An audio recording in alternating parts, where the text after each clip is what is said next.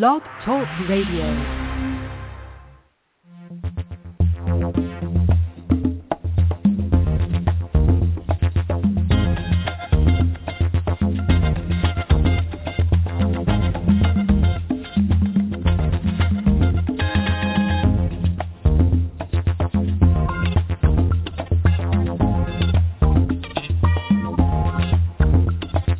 Hope you're warm. Hope you're nice and warm. 8 a.m. Eastern. Hello, how are you? It is the 22nd day of January 2014. Got to stay warm. Why? Because here in the D, it is 4 below. That does not include the wind chills. But I'm grateful. I am so grateful I have fingerless gloves. I am grateful that I have a lap blanket. I'm grateful I have a beautiful Afghan that I got for Christmas from my buddy Dan McDonald. So you know what? There's all these really, really cool reasons to be grateful. And I'm also grateful that you are with me today on the program. Why? As I have an attitude of gratitude.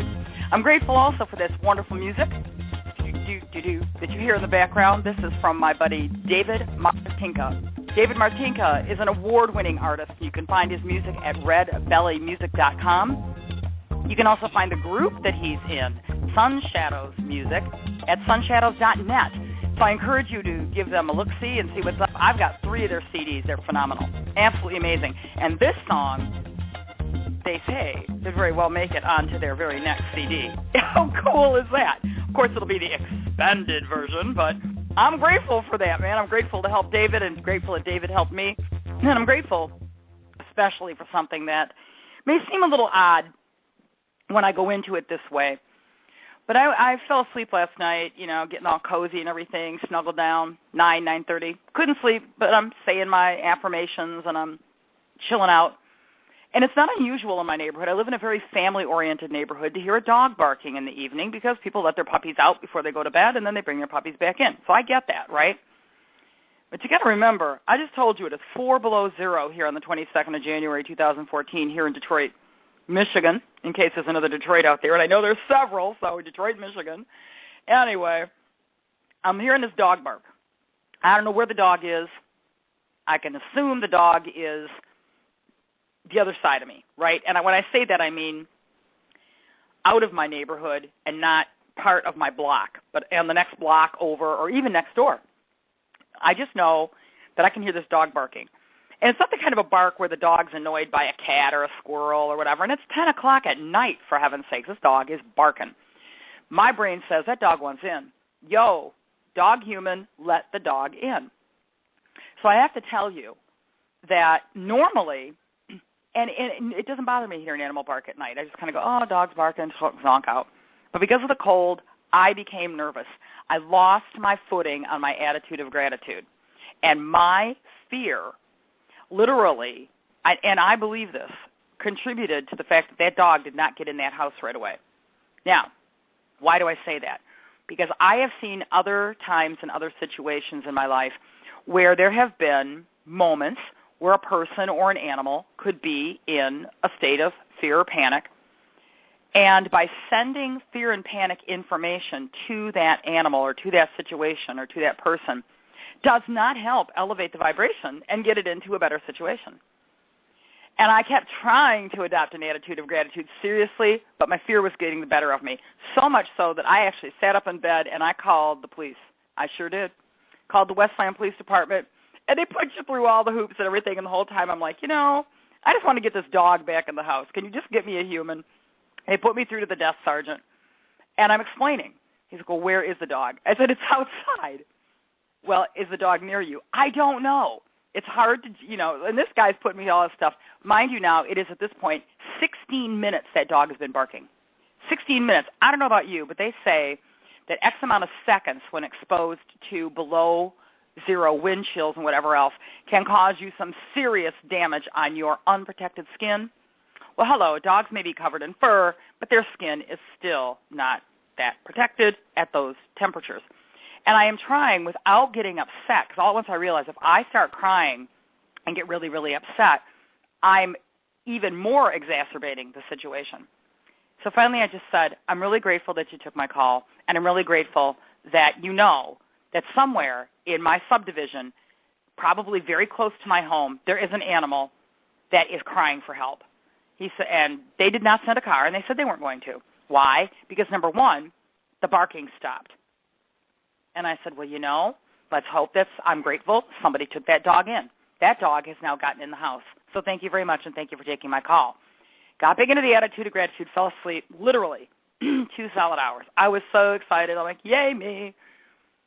Woke up around midnight, you got that sort of nature call thing going on. And I'll be blessed if that dog can start barking again. I'm like, you've got to be kidding me. Only this time, this baby wasn't barking. This baby was howling. And I thought, oh, my goodness gracious. So instead of picking up the phone, he didn't even redial for the police and the whole 9 yards, I just sat there. And I said, I am so grateful. I am so grateful that somebody is answering that dog. I am so grateful that somebody is answering that dog. I am so grateful that dog is inside where it's nice and warm. I am so grateful that somebody is taking care of that dog. And I kept saying that. And in less than a minute and a half, I didn't hear the dog anymore. And I thought, you know what? Somebody got that dog. Somebody took care of that dog. Now, I told you the first part to get to the second part because I thought it was so interesting. Now, do I wish that you find animals and or people in peril that you can practice that on? No, not at all. Please, practice it on other things, like your finances. Practice it on your feet. I happen to, this is like TMI, but okay, it shows you what I'm talking about with gratitude. I've got these shoes. Don't we all? Hello, Annette. And my foot, my toenail had gotten too long. I hadn't trimmed it right. And it smacked up against the inside of the shoe, and it kind of broke, kind of split. So I'm getting ready for bed one night, and it's dark, and I feel what I think is just like a little thing stuck on my toe, and I ripped. Oh, no, we took the toenail down. It was a mess. So I bandage it up, and I go to sleep, and I don't think too much about it, and everything's great and groovy and grand. Well, long story short, yesterday it was just a hurting like a bear. And I'm keeping it covered and cleaned and whatever else. So all at once I notice when I take the Band-Aid off today, it's a little swollen and red, which tells me infection.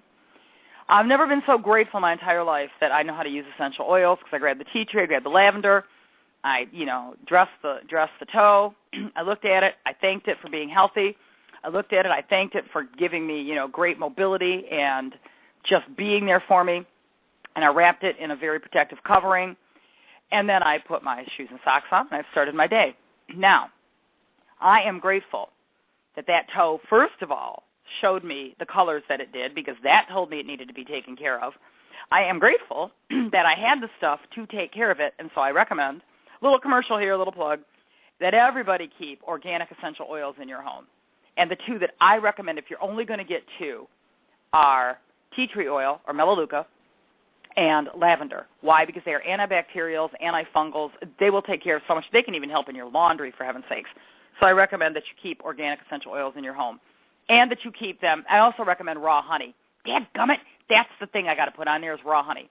Thank you. I'm so grateful that came to me. And by the way, there's a jar of that in my bathroom as well. And you would not believe the looks I get from people when they come out of my bathroom and go, girlfriend, what you got a jar of honey in your bathroom for? And I'm thinking, hey, it's a wound healer. So note to self, redress the toe in honey. Okay, great. We're on that.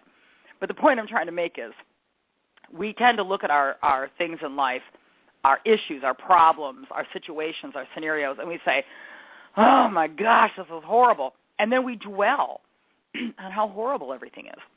We let that one little speck of pepper in a sea of salt, or one little speck of salt in a sea of pepper. It doesn't really matter to me. I'm just trying to show you contrast. And we look at that, and we get all torqued off about it. Now, I'm not saying that you have to stop getting upset about things. I'm not saying that at all. I'm simply saying that I have found in my own personal journey that when I allow myself to work with the attitude of gratitude as opposed to getting caught up in the sad-tude, making up my own words, why not? It's my show. I can make up anything I like. But, but instead of getting caught up in how sad things are and how bad things are, I start thinking about how glad I am for everything else in my life. Doesn't even have to be about how glad I am my toe is healed. Doesn't have to be about how glad I am that dog got pulled in. But when you send out a vibration of gratitude for anything in your life, I mean anything in your life, you could be grateful that you've got fingers and you've got 8 fingers and 2 thumbs, or you want to call it 10 fingers, I don't care. You got the proper digits in the proper places at the end of your hands. You can be grateful for that. There are people that privilege was denied to. And I'm not saying to do it because shame on you if you don't. What I'm saying is these are things that you can be grateful for that we might take for granted. You can be grateful that you have, let's say, a rug on your floor. Might not be the most beautiful rug in the world. Might not be the cleanest rug in the world. You might not even have a vacuum cleaner to clean that rug. But you know what? You got a rug. Maybe you've got a broom. I remember back in my single first apartment days, I didn't own a vacuum cleaner, but I had a floor rug. That's what they called it back in that big old apartment that I had. It was a floor rug. And I was never so grateful in my life I had a broom. You know why? Because I think I got that rug cleaner with that broom that I would have with a vacuum. I swept that rug every day and cleaned it all up, and that rug was wonderful. I mean, I loved that. I actually loved that first apartment. $125 included the heat and all the cockroaches I could kill. So what did I know? I was just, I was green, and that was so many years ago that nowadays $125 barely pays other bills in an apartment. But I'm grateful I had that experience, and I'm grateful that I got a chance to share that with you, and it makes me feel calmer, more secure, more settled. Someone asked me, well, Annette, why the attitude of gratitude? You talk about all these miraculous things that you say it does, but why? In this day and age, it is so important to realize that we are all magnetic vibration, and we will magnetize to us the things that we vibrate with on the inside. So if you are vibrating on the inside with negativity, disparaging thoughts, disparaging words, you will attract other things into your life because of the vibration, just because of your vibration. And it doesn't always mean that the things that you attract are bad, even if we would look at them and say, wow, that's a horrible circumstance. Sometimes the attraction, you need to be in that vibration where you're not necessarily grateful for everything all the time or whatever, because you are attracting the contrast that helps you get to a higher vibration. Have I confused you enough now? Gosh, I didn't mean to do that.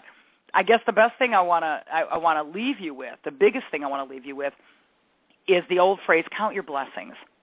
Now, some people say, oh, blessings, that's religious, counting, gratitude of gratitude, that's spiritual, that's now, that's hip. It's all the same thing, folks. It doesn't matter what language you speak, doesn't matter where you're from, doesn't matter how you were trained, how you were raised, how you were brought up. When you count your blessings, the things that you are grateful for, there really is a sense of peace that comes over you. There really is a new direction of vibration. Correction, there really is a vibration that comes to you that is totally directed to you because of the attitude of gratitude, and it shows up in ways you might not even be thinking are required, necessary, or you are lacking in your life. And I know with all my heart and soul that the second time I heard that dog bark, I had a choice to make. I could get all wound up in the fear that something really horrible was happening to that dog, or I could just start being grateful. I thought, the best way I can help that dog is I cannot get out, me and my walker, and mush through an ice-covered neighborhood and find that doggie. That just was not going to happen, because I wouldn't have been any help to the dog at that point. I wouldn't have known what neighborhood to go into or where to find it and get out and drive. We're a double-car driveway, and I'm the first car in, which means I could not get out. And I wasn't going to wake my sister at midnight and say, hey, I got to go find a lost dog. No, that's what you call the authorities for and go, hey, it's midnight. Can you go find a lost dog? So what I did was I sent a higher authority, a greater vibration, a stronger strength to that dog. Now, 16 minutes first time versus minute, 2 minutes second time. Could have been the fact that the dog was howling. That would have woken me up. Could have been the fact that it was just the right time. All I know is that I did not contribute to a situation and make it worse because I was sitting there howling right along with the dog. I got myself into an attitude of gratitude. Attitude of Gratitude is live each and every Wednesday at this time here at Blog Talk Radio. Follow me on Facebook, Annette Rochelle Aben. Perspective Power is the Facebook page for this show. And I really do hope that you look up redbellymusic.com and find out more about my buddy David Martinka, who did this fantastic music that you are hearing in the background. And I am so grateful that you have been part of the show today. You got that right.